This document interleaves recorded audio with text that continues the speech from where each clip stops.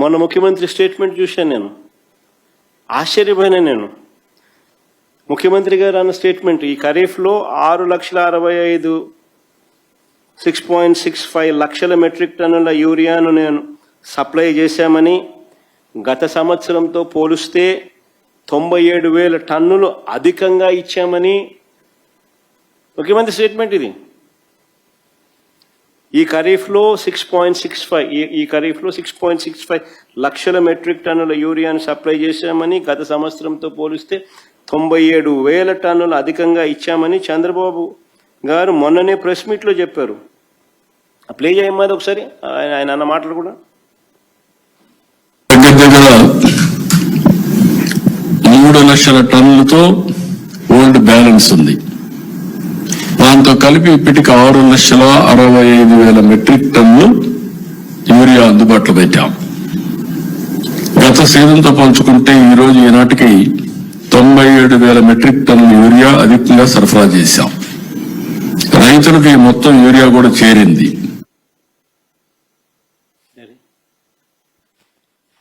చంద్రబాబు నాయుడు స్వయంగా మాట్లాడుతూ ఉన్న మాటలు ఇవి.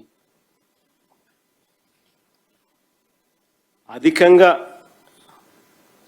పాత బ్యాలెన్స్ కాక 3 లక్షల టన్నుల పాత బ్యాలెన్స్ కాక 6,65,000 టన్నుల యూరియాను సప్లై చేశామని, గత సంవత్సరంతో పోలిస్తే ఇది 97,000 టన్నులు అధికంగా ఇచ్చామని ఏకంగా ముఖ్యమంత్రి చెప్తా ఉన్న మాటలు ఇవి. మరి నేను ఒకటే అడుగుతా ఉన్నా, మా చంద్రబాబు నాయుడు గారు చెప్తా ఉన్నట్టుగానే ఈ మాదిరిగానే సప్లై జరిగి ఉండింటే, ఈ మాదిరిగా రైతులకు అంది ఉండింటే, ఈ మాదిరిగా రైతులు రోడ్డెక్కే పరిస్థితి ఎందుకు వచ్చింది?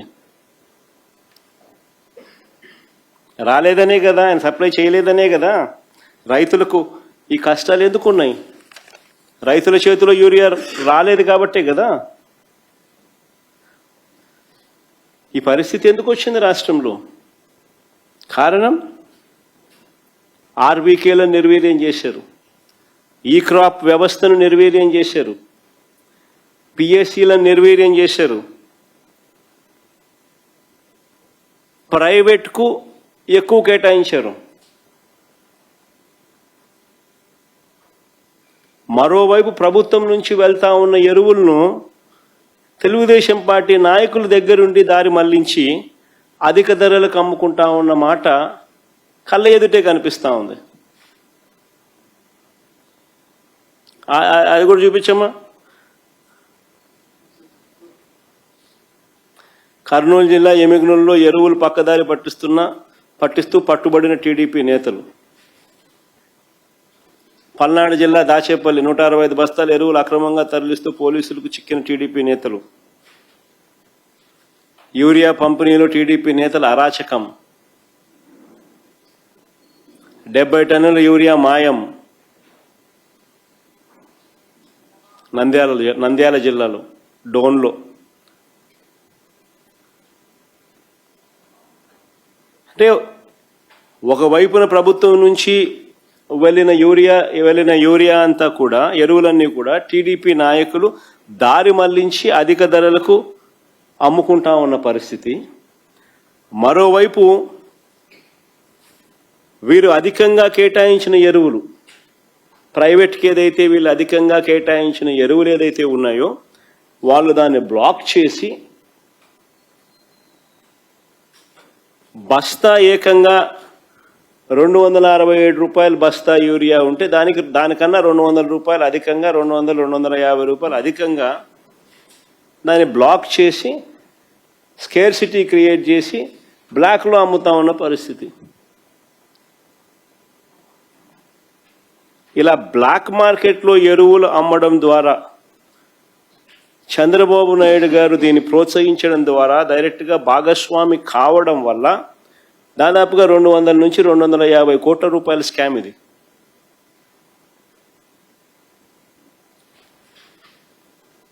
రైతులను పీడించి స్కాములు చేసి కింద నుంచి పైదాకా అందరూ పంచుకున్నారు.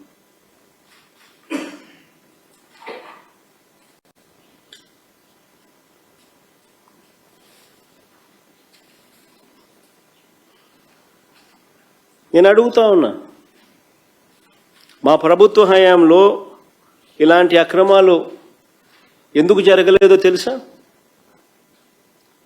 కారణం, ఆ రోజుల్లో ఒక భయం ఉండేది. తప్పు చేయాలి అని అంటే భయపడేవాళ్ళు.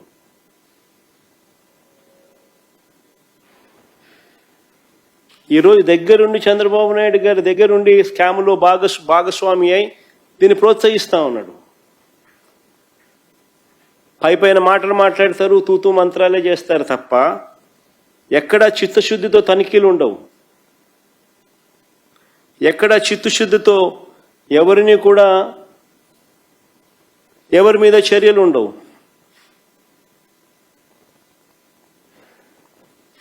మా ప్రభుత్వ హయాంలో కలెక్టర్లతో ఎస్పీలతో జరిగే నెల జరిగేది వీడియో కాల్. ఎస్పీలకు కలెక్టర్లకు మ్యాండేట్ ఇచ్చేవాళ్ళం. బ్లాక్ మార్కెటింగ్ అనేది కనిపిస్తే మీ ఉద్యోగాలు పోతాయని.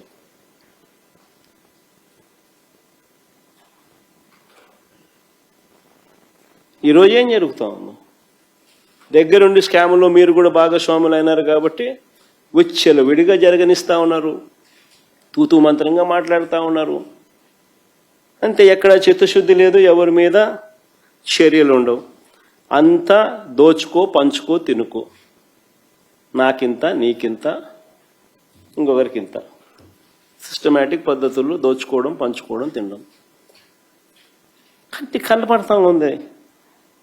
రైతులను ఈ మాదిరిగా ఇబ్బందులు పాలు చేస్తూ, రైతుల జీవితాలతో చెలగాటలాడుతూ స్కాములు చేస్తూ ఉన్న ఈ పెద్ద మనుషులు అసలు మనుషులేనా అని అడుగుతా ఉన్నా. మరో వంక ఏ పంటలకు గిట్టుబాటు ధరలు లేవు. ఏ పంటలకు మరో పక్క గిట్టుబాటు ధరలు లేవు. వరి, మిరప, పత్తి, జొన్న, కందులు, మినుములు, పెసలు, మొక్కజొన్న, సజ్జ, రాగులు, అరటి, చీని, కొక్కో, పొగాకు, మామిడి, ఏ పంటలకు కూడా గిట్టుబాటు ధరలు గత సంవత్సరంలో లేవు. మనం చూసిన ఈ సంవత్సరంలో ఎక్కడ రాలా. చివరికి ఇప్పుడు కూడా మళ్ళీ ఉల్లి పరిస్థితి అదే, టొమాటో పరిస్థితి అదే,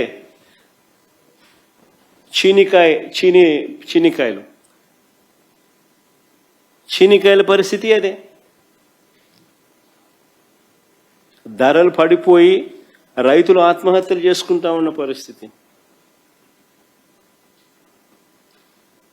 కానీ చంద్రబాబు నాయుడు గారు పట్టించుకుంటారా అంటే లేదు.